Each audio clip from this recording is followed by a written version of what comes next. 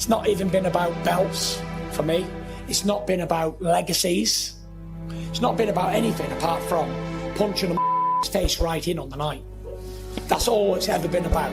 Boxing is not just a sport, and it's not just a form of earning a living. We have to entertain the people who've come to see the show. Yeah. I leave it all on the night. If you enjoy something and you're good at it, you'll get paid for it. So I enjoy boxing, I was good at it, and I've been paid for it, but it's not the be-all and end-all of anything. I could end up in the council flat at any time, don't worry about that. But if you're a millionaire and you're horrible, I don't want to know you, because I've only got time for good people. And the one thing that I've always prided myself on is never getting involved in anybody else's business. I come from nothing, you know, it's never been about money. I'm not a money person. All I ever want to do is win. The money aside, money's beautiful, great. It's great to be paid for what you do. And would it change me as a person? No. Do I need a mansion and a Rolls Royce? I don't. I've got them, but I don't need them. But it doesn't make you as a man. A man is what you are in here. I don't care. Don't care what I've got. It's never been about money to me. I know a lot of people with money, big money, but none of them are happy. Not one of them. I've no really interest in all that glitz and glam. I never have been, never will be. I'm not interested in fame or being a celebrity. Do you know what I want to do? I want to be left alone. Before I fought Deontay Wilder 3, I was in my house in Vegas and I said to Paris, I said, this is going to be the last fight, babe. I just don't want to do it anymore. And she said, yes, I'm happy. Let it be the last fight.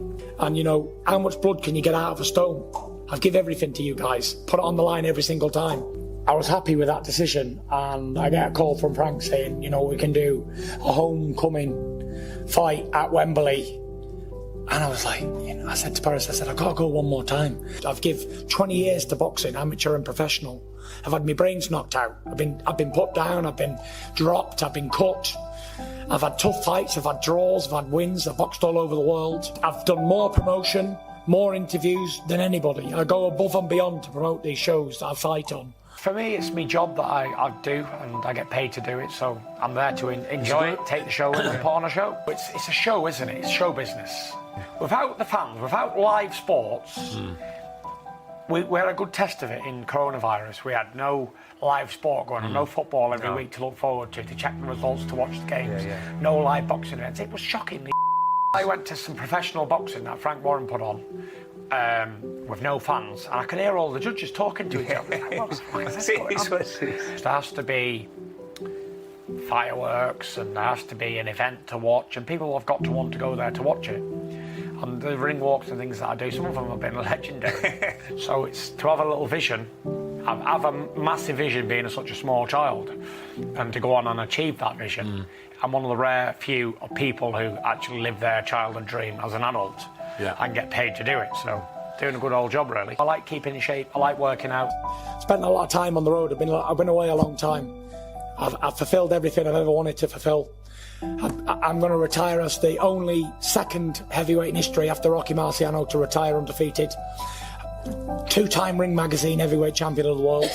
There's never been a Ring Magazine holder in my era. But I'm one in 7 billion, and there'll never be another one like me. We waited 250 years for someone like me to come along, and you'll wait another 1,000 for him to come again. And you know what it is, no matter how many times people put you down and write you off in life, never pay attention to it, because it doesn't mean anything. Because I proved, as just a normal looking man, average Joe, that anything is possible, no matter where you are in your life, how dark of a place you're in. And I've seen them, people who've never had a fight in their life, they call professional boxers rubbish. And I'm like, please get a glove on and have a fight yourself, and then tell me if you or not. What people don't know about all the camps we've had, without fighting, we've been in camp, we've been in Miami, we've been in Vegas, we've been in Dallas, we've been everywhere. Training. I was actually training in the gym in Liverpool, and Ronnie O'Sullivan was in the changing rooms, and he comes over to me and goes, you know what, Tyson, he said, you're one of the most natural gifted athletes I've ever seen. I said, coming from you? I said, don't talk that stuff to me. My solitude is the gym. And when I walk in that door, I don't want to look at my phone, I don't want to check emails, I don't want to take any calls. I want to put the music on loud as it goes, and I want to get in my own little zone. I want to get in that little world and get a good sweat on, get a good workout in, and then the great feeling that we have, the endorphins it releases when we've finished, and then get a shower, you feel $1 million. I like getting out of the house for an hour in the morning, an hour at night. Gives me that breakaway from the kids and from the missus and from all the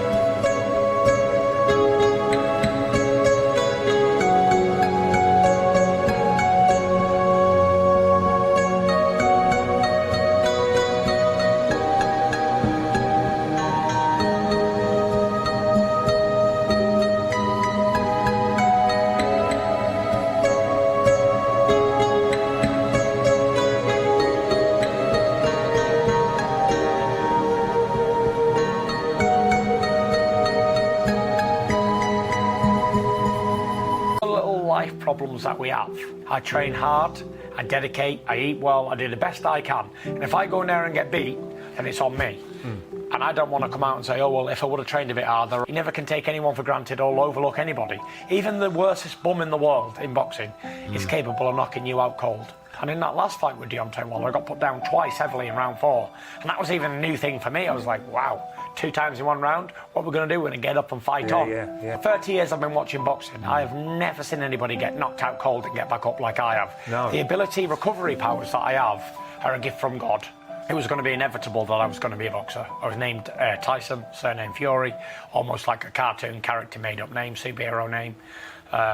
Always loved it, always been around it. Yeah. And always wanted to be heavyweight champion from being a little boy. All of these stars, Muhammad Ali, Mike Tyson, they've all had their struggles along the way, whether it's been with mental health, whether it's been with drink or other stuff, political or whatever. They've all had their own issues along the way. I think everybody who's like a real natural, talented, great at what they do, they all have demons. Muhammad Ali was the greatest of that era. I don't believe in matching fighters from different eras because it's just not fair on the individual, because you can only be the best of your time and you can't cross different eras and different times. We don't really know, because unless they fought each other or played against each other, then you can never really pit them in the same sentence. And life is about not having a smooth road every single day. It's about the hurdles we have to overcome to find who we really are in life. And God knows I've had lots of them. I've been knocked down more times than enough in life, but I've always managed to get up and...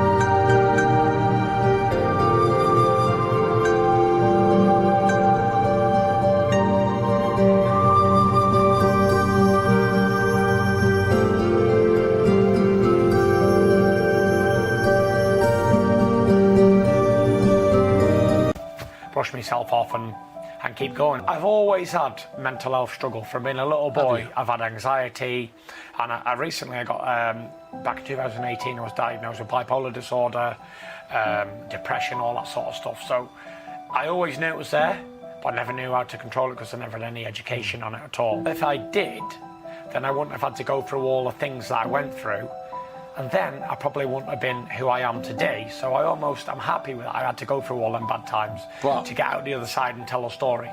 I've learned to manage and maintain my mental health struggle these days. I know what I got to do. I know I got to stay active. I know I got to keep training, eat clean, and just give myself short-term goals. Controlling mental health is quite simple. Keep active, keep yourself busy, short-term goals. Key for me, very, very vital. Life's too short for regrets, and everything I've ever done in my life has been for a reason. And that reason has led me to this point now, and I'm very happy with who I am and where I am.